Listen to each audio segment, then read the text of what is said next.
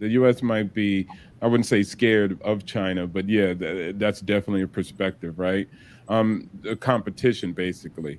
And as far as my perspective is, it's like an investor. I can have a good investor that I've known for a long time that actually provided me good rates over the years. And then I have somebody who's a private lender and he wants like 12, 13% on his money back interest only. And so we have to look at it from a lens of yes, it comes with those extra things that Dwight was just talking about.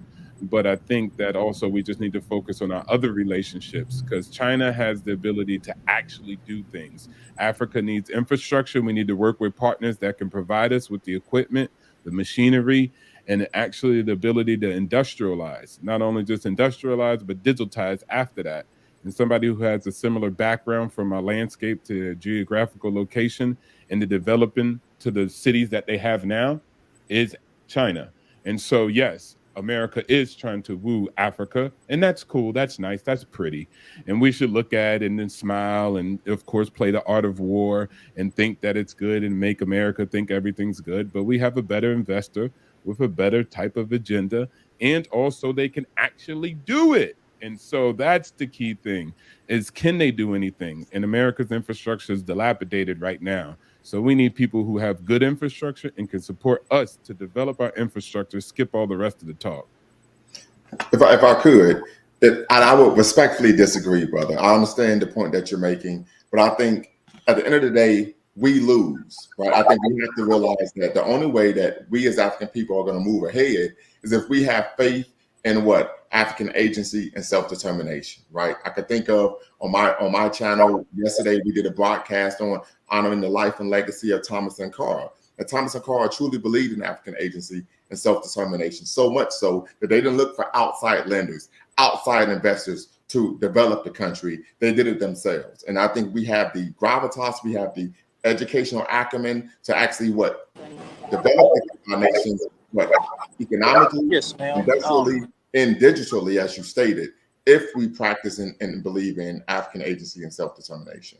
Because at the end of the day, what we're tending to find here is this is the situation where African nation states are no longer being victimized by European colonialism or neocolonialism, but now they're becoming victimized by American dollarism. I think, once again, I think it's funny. When I used to work at the embassy, I was a diplomat for 4 years, which I also did not provide. And I also traveled and lived overseas for 18 years. Plus, I've also been to war for my country. I think what we tend to do is we go to Likewise. extremes.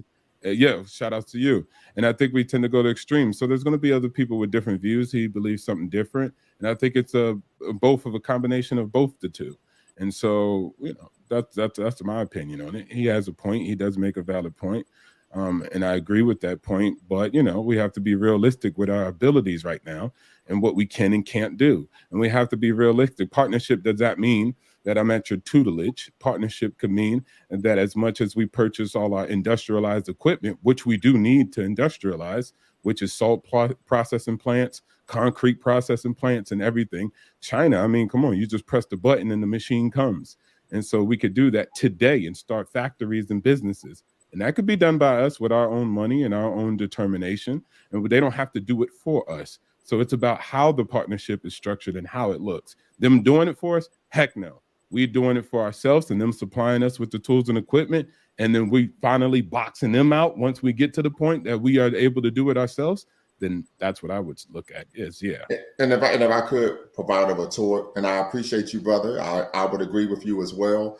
But I think the issue is we tend to always find African people entering into deals in which we get to short end of the proverbial stick, right? The second issue is we have the capacity to do these things, but unfortunately for issues that Brother Dwayne mentioned before, kleptocratic leaders, repressive leaders, we aren't we're not implementing these type of initiatives. So we have the ability, but due to a litany of issues that are our own issue, we know that as African people, we have two enemies. We have external enemies and internal enemies. And I believe that many of the internal enemies that we're facing are prohibiting us from actually doing for ourselves what we can do for ourselves. And we know as Pan-African people, we believe, of course, in the spirit of Marcus Garvey, that is what is to be done for African people should be done by African people wholly and, of course, completely.